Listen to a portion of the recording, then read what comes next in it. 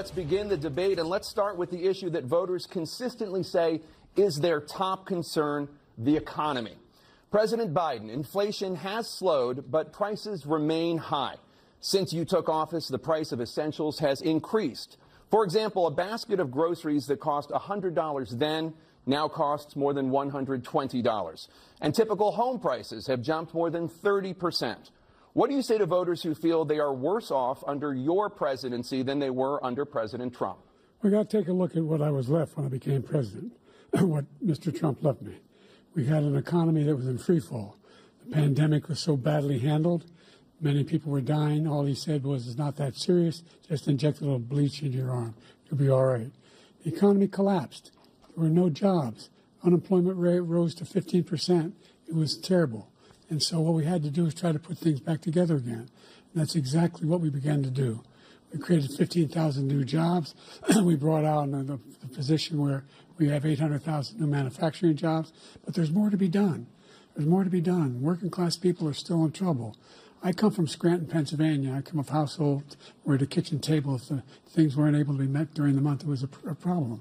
Price of eggs, the price of gas, the price of housing, the price of a whole range of things. That's why I'm working so hard to make sure I deal with those problems. And we're going to make sure that we reduce the price of housing. We're going to make sure we build 2 million new units.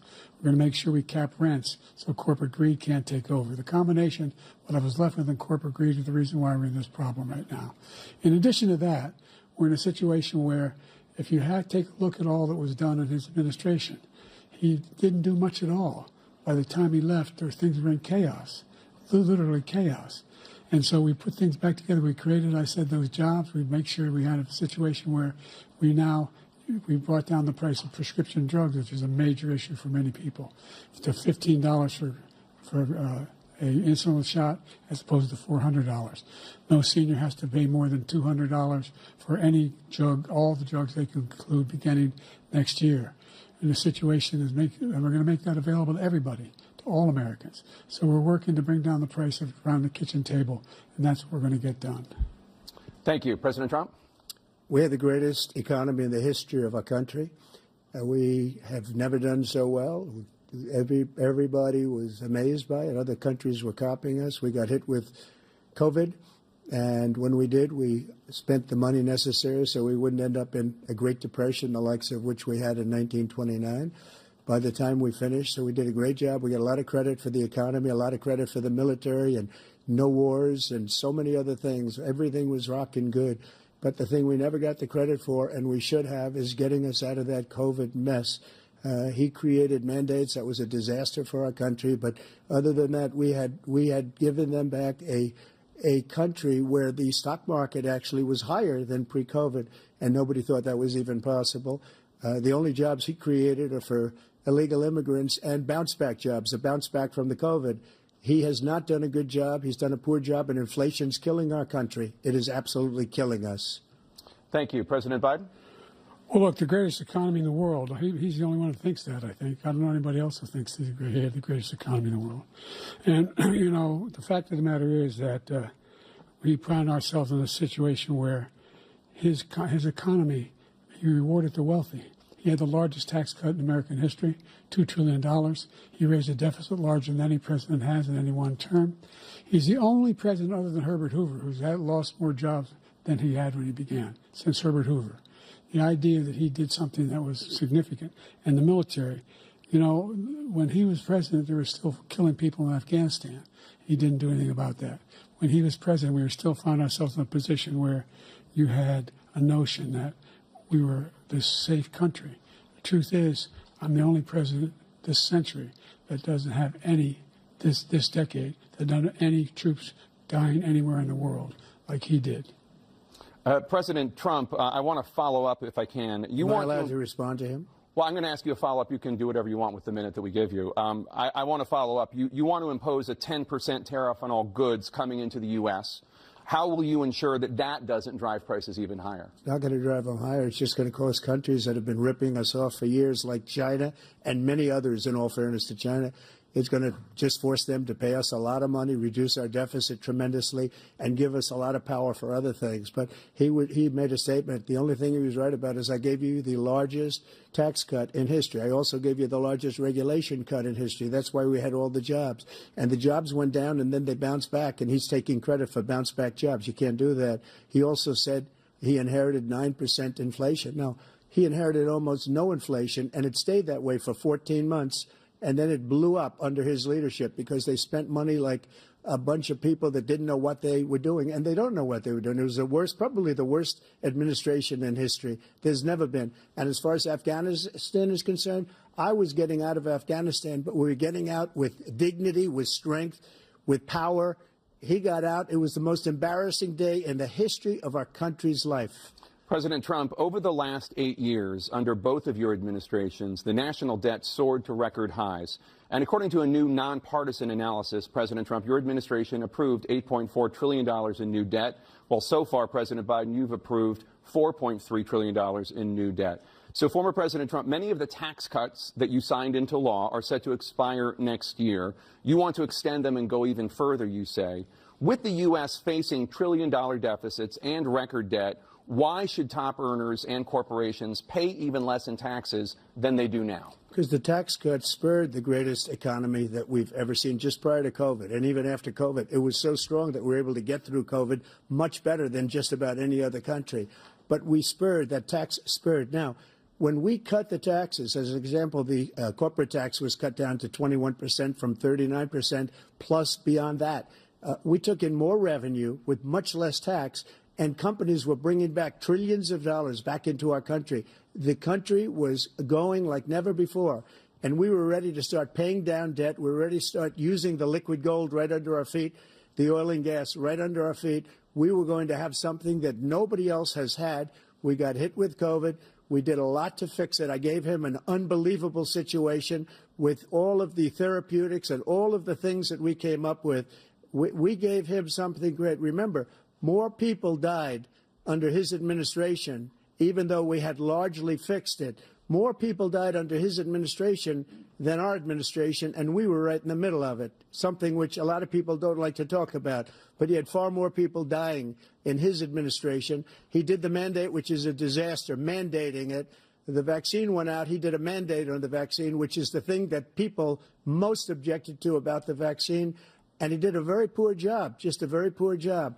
And I will tell you, not only poor there, but throughout the entire world, we're no longer respected as a country. They don't respect our leadership. They don't respect the United States anymore. We're like a third world nation between weaponization of his election, trying to go after his political opponent, all of the things he's done. We've become like a third world nation, and it's a shame.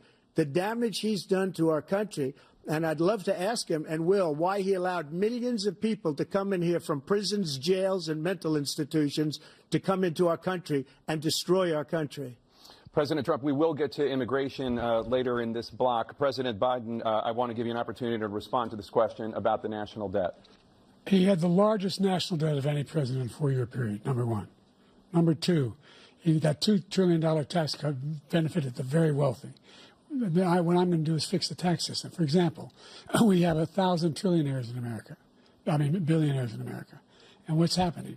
They're in a situation where they, in fact, pay 8.2% in taxes. If they just paid 24%, 25%, either one of those numbers, they'd raise $500 billion, I should say, in a 10-year period. We'd be able to wipe out his debt. We'd be able to help make sure that all those things we need to do, child care, elder care, making sure that we continue to strengthen our health care system, making sure that we're able to make every single solitary person eligible for what I've been able to do with the with the COVID, with dealing with everything we have to do with, look, if we finally beat Medicare. Thank you, President Biden. President Trump? Well, he's right. He did beat Medicare. He beat it to death, and he's destroying Medicare because all of these people are coming in. They're putting them on Medicare. They're putting them on Social Security. They're going to destroy Social Security. This man is going to single-handedly destroy Social Security. These millions and millions of people coming in, they're trying to put them on Social Security. He will wipe out Social Security. He will wipe out Medicare. So he was right in the way he finished that sentence. And it's a shame. What's happened to our country in the last 4 years is not to be believed. Foreign countries, I'm friends with a lot of people, they cannot believe what happened to the United States of America. We're no longer respected. They don't like us. We give them everything they want, and they think we're stupid. They think we're very stupid people. What we're doing for other countries, and they do nothing for us. What this man has done is absolutely criminal. Thank you, President Trump. Tana? This is the first presidential election since the Supreme Court overturned Roe v. Wade. This morning, the court ruled on yet another abortion case, temporarily allowing emergency abortions to continue in Idaho, despite that state's restrictive ban. Former President Trump, you take credit for the decision to overturn Roe v. Wade, which returned the issue of abortion to the states. Correct. However, the federal government still plays a role in whether or not women have access to abortion pills. They're used in about 2/3 of all abortions. As president, would you block abortion medication? First of all, the Supreme Court just approved the abortion bill, and I agree with their decision to have done that, and I will not block it. And if you look at this whole question that you're asking, complex but not really complex. 51 years ago, you had Roe v. Wade, and everybody wanted to get it back to the states. Everybody, without exception. Democrats, Republicans, liberals, conservatives. Everybody wanted it back. Religious leaders. And what I did is I put 3 great Supreme Court justices on the court, and they happened to vote in favor of killing Roe v. Wade and moving it back to the states. This is something that everybody wanted. Now, 10 years ago or so, they started talking about how many weeks and how many this, getting into other things. But every legal scholar throughout the world, the most respected, wanted it brought back to the states. I did that. Now the states are working it out. If you look at Ohio, it was a decision that was an end result that was a little bit more liberal than you would have thought. Kansas, I would say the same thing. Texas is different. Florida is different. But they're all making their own decisions right now. And right now, the states control it. That's the vote of the people. Like Ronald Reagan, I believe in the exceptions. I am a person that believes. And frankly, I think it's important to believe in the exceptions. Some people, you have to follow your heart. Some people don't believe in that. But I believe in the exceptions for rape, incest, and the life of the mother. I think it's very important. Some people don't. Follow your heart. But you have to get elected also. And because that has to do with other things. You got to get elected. The problem they have is they're radical because they will take the life of a child in the 8th month, the 9th month, and even after birth. After birth, if you look at the former governor of Virginia, he was willing to do this. He said, we'll put the baby aside and we'll determine what we do with the baby, meaning we'll kill the baby. What happened is we brought it back to the states, and the country is now coming together on this issue. It's been a great thing. Thank you. President Biden? It's been a terrible thing, what you've done. The fact is that the vast majority of constitutional scholars supported Roe when it was decided, supported Roe. And that's this idea that they're all against it is just ridiculous. And this is the guy who says the state should be able to have it. We're in a state where in 6 weeks, you don't even know whether you're pregnant or not, but you cannot see a doctor, and have him decide on what your circumstances are, whether you need help.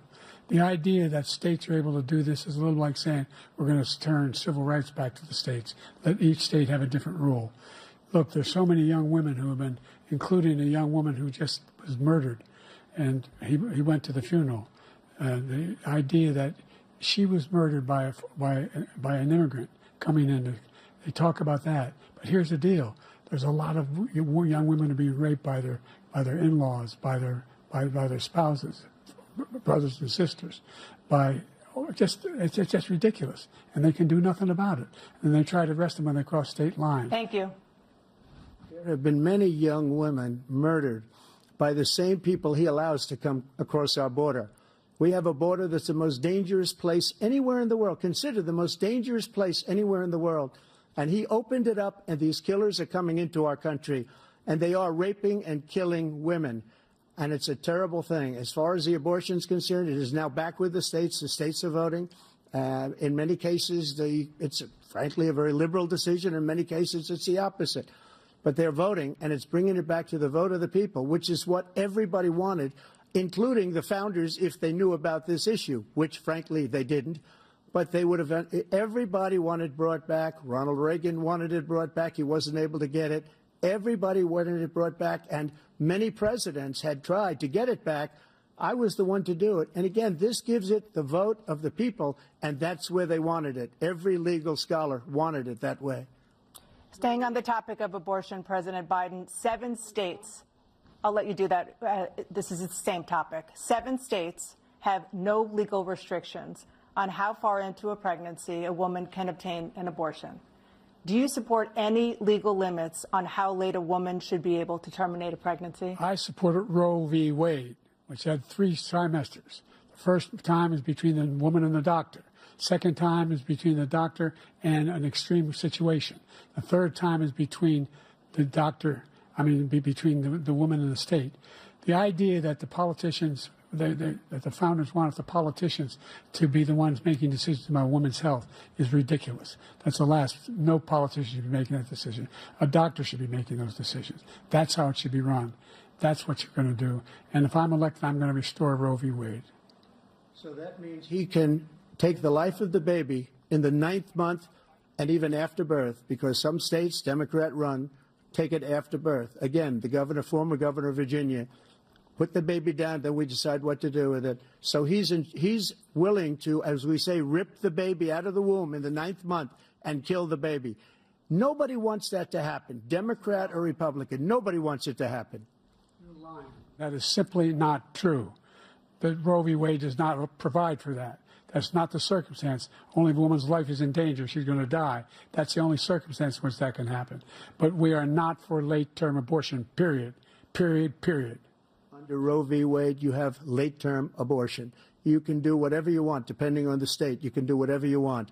We don't think that's a good thing. We think it's a radical thing. We think the Democrats are the radicals, not the Republicans. For 51 years, that was the law. 51 years, constitutional scholarship said it was the right way to go. 51 years, and it was taken away because this guy put very conservative members on the Supreme Court. He takes credit for taking it away.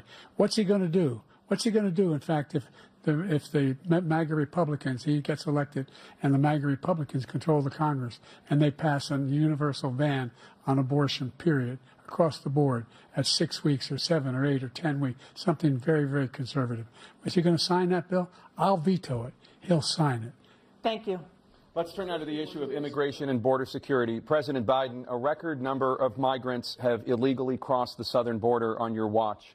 Overwhelming border states and overburdening cities such as New York and Chicago, and in some cases causing real safety and security concerns. Given that, why should voters trust you to solve this crisis? Because we worked very hard to get a bipartisan agreement that not only changed all of that, it made sure that we are in a situation where you had no circumstance where they could come across the border with the number of border police there are now. We significantly increased the number of asylum officers, significantly. By the way, the Border Patrol endorsed my position. In addition to that, we found ourselves in a situation where when he was president, he was separating babies from their mothers, putting them in cages, making sure the families were separated. That's not the right way to go. What I've done since I've changed the law, what's happened? I've changed it in a way that now you're in a situation where there are 40% fewer people coming across the border illegally. That's better than when he left office. And I'm going to continue to move until we get the total ban on the total initiative relative to what we can do with more Border Patrol and more asylum officers. President Trump? I really don't know what he said at the end of that sentence. I don't think he knows what he said either. Look, we had the safest border in the history of our country. The border, all he had to do was leave it. All he had to do was leave it. He decided to open up our border, open up our country to people that are from prisons, people that are from mental institutions, insane asylum, terrorists. We have the largest number of terrorists coming into our country right now, all terrorists, all over the world, not just in South America, all over the world. They come from the Middle East, everywhere. All over the world, they're pouring in. And this guy just left it open. And he didn't need legislation, because I didn't have legislation. I said, close the border. We had the safest border in history. In that final couple of months of my presidency, we had, according to Border Patrol, who is great, and by the way, who endorsed me for president, but I won't say that, but they endorsed me for president. Brandon, just speak to him. But look, we had the safest border in history. Now we have the worst border in history. There's never been anything like it. And people are dying all over the place, including the people that are coming up in caravans. Thank you, President Trump. President Biden?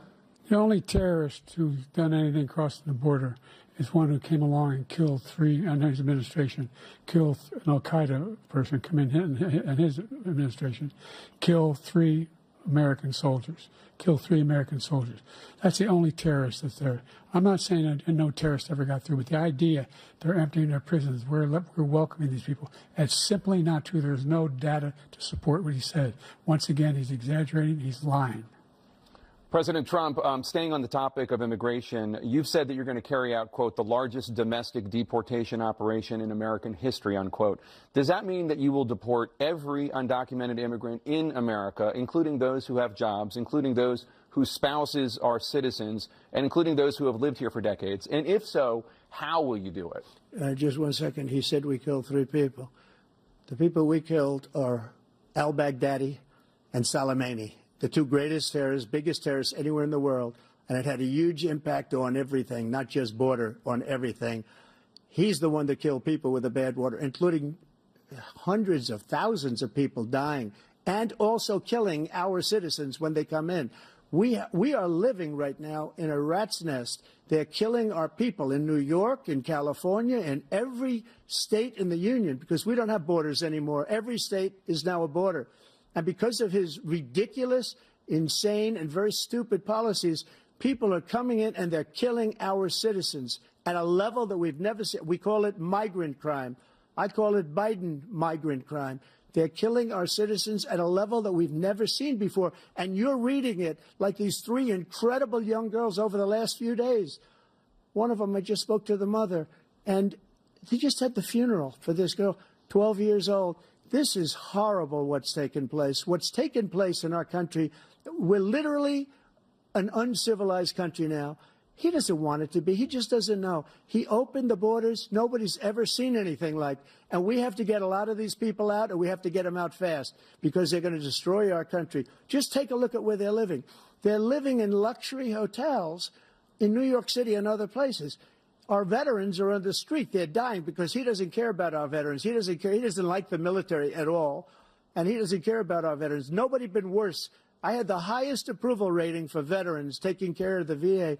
He has the worst. He's gotten rid of all the things that I approved, choice that I got through Congress, all of the different things I approved, they abandoned.